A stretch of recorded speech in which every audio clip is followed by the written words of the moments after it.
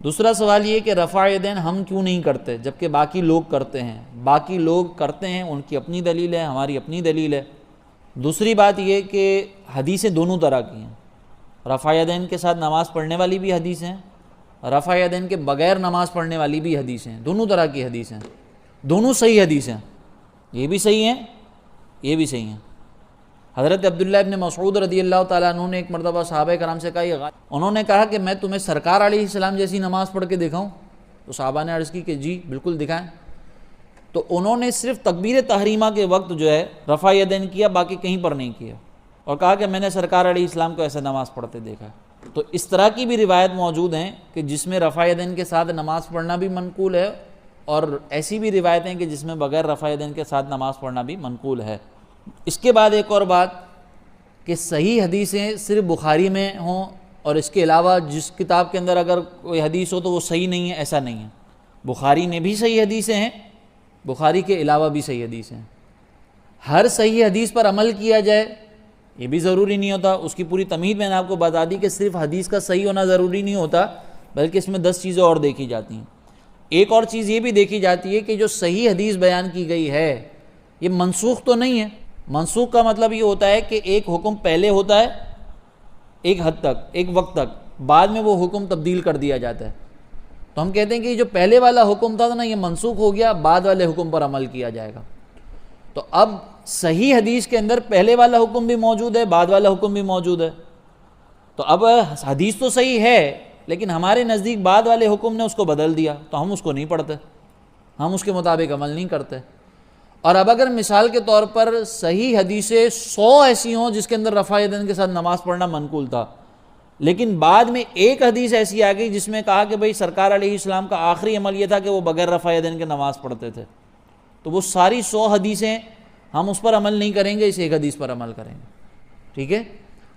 ایک اور چیز اس میں کہ رفع یدین والا جو مسئلہ ہے نا یہ جھگڑے والی بات ہی نہیں ہے، یہ جھگڑے والی بات ہی نہیں ہے۔ ہمیں کوئی پرابلم نہیں ہے کہ اگر کوئی رفع یدین کے ساتھ نماز پڑھتا ہے تو ہم نہیں کہتے کہ اس کی نماز ہی نہیں ہو رہی، لیکن احناف جو ہے ان کے مطابق سنت یہ ہے کہ ہم رفع یدین کے بغیر نماز پڑھیں۔ اس کی وجہ یہ ہے کہ سرکار علیہ الصلوۃ والسلام اب جب حدیثیں پڑھیں گے نا تو وہی مسئلہ ہے کہ آپ نے اس موضوع سے ریلیٹڈ وہ حدیثیں پڑھی ہیں جس میں رکوع سے پہلے، رکوع میں جانے کے بعد یہ سارے ان مقامات پر تو سجدہ ہے، یہی حدیثیں آپ نے سنی ہیں، لیکن آپ کو پتہ ہے ایسی بھی حدیثیں موجود ہیں جس میں یہ بیان کیا گیا ہے کہ سرکار علیہ السلام جب سجدے سے اٹھتے تھے تب بھی رفع یدین کرتے تھے، 2 سجدوں کے بیچ میں بھی۔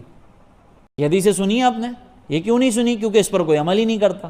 جب اس پر کوئی عمل ہی نہیں کرتا تو وہ آپ کے سامنے بیان ہی نہیں کرتا، تو آپ اس سے پوچھو کہ بھئی یہ حدیثیں بھی تو ہیں، اس پہ عمل کیوں نہیں کرتے؟ تو آپ کو یہی کہے گا کہ بھئی اس میں سرکار علیہ السلام کا عمل بعد میں چینج ہو گیا تھا کہ سرکار نے سجدوں کے بیچ میں جو وہ رفع یدین کرنا چھوڑ دیا تھا۔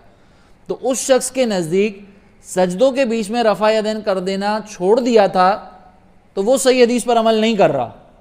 تو ہمارے نزدیک سرکار علیہ السلام نے تکبیر تحریمہ کے علاوہ ہر مقام پر جو ہے وہ رفع یدین کرنا ترک کر دیا تھا، اس لیے ہمارے نزدیک وہ ہم ان حدیثوں پہ عمل نہیں کرتے، ہم ان پر عمل کرتے ہیں۔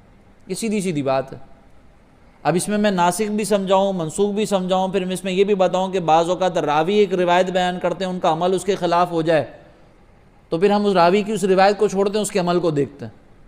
یہ بھی ایک پورا تحقیق کا مرحلہ ہے۔ یعنی ایک صحیح حدیث بیان کی، مثال کے طور پر انہوں نے ایک بات بیان کی، ٹھیک ہے، اور جو بات انہوں نے بیان کی نا اس کے خلاف عمل کرنا شروع کر دیا، تو ہم ان کو یہ دیکھیں گے کہ یار انہوں نے جب یہ اس کے خلاف عمل کر رہے ہیں نا تو اس کا مطلب ان کو وہ دوسری حدیث کو پتہ چل گئی ہوگی، اس لیے اپنی بیان کردہ حدیث پر عمل چھوڑ کر دوسرے طریقے پر عمل کر رہا ہے۔ یہ بھی ایک تحقیق کا طریقہ ہے، کریں نا تحقیق کریں۔ اب آپ آ جائیں رفع یدین کو میں سمجھاؤں اور مزید تفصیل میں، تو یہ بھی ایک تحقیق کا طریقہ ہے، اس سے ناسخ منسوخ پتہ چلتا ہے۔ تو اسی لیے آپ رفع یدین حنفی ہیں، رفع یدین کے بغیر نماز پڑھیں گے، ہمارے لیے یہ سنت ہے۔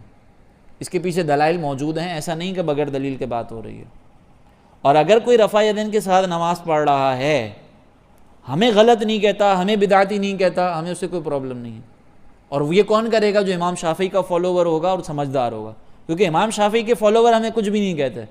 جو کسی کی بھی تقلید نہیں کرتے نا، جو غیر مقلد ہوتے ہیں وہ پنگے کرتے ہیں بلا وجہ کے، اور اس کو آپ کو جواب دینے کی ضرورت ہی نہیں ہے۔ آپ اس کو کہیں بھی تو اپنا کام کر، ہم اپنا کام کر رہے ہیں، ختم۔ یہ جھگڑے والا مسئلہ ہی نہیں ہے۔ امام شافعی کا آپ دیکھیں کہ امام شافعی کا معمول یہ تھا کہ امام شافعی فرماتے ہیں کہ جب مجھے کوئی مسئلہ درپیش آتا تو اس مسئلے کے حل کے لیے میں امام اعظم کی مزار پر حاضری دیتا تھا، وہاں پہ 2 رکعت نماز ادا کرتا تھا، میرا مسئلہ حل ہو جاتا تھا، اور وہ 2 رکعتیں حنفی طریقے سے پڑھتے تھے امام اعظم کے ادب میں۔ تو امام شافعی تو خود جو ہے وہ اس حدیث کے بارے میں کہتے ہیں کہ اتنا بڑا مسئلہ نہیں ہے، تو پھر پھڈے والی کیا بات ہے بھائی؟ ٹھیک ہے، تو رفع یدین ہمارے نزدیک بہرحال وہ نہیں ہے۔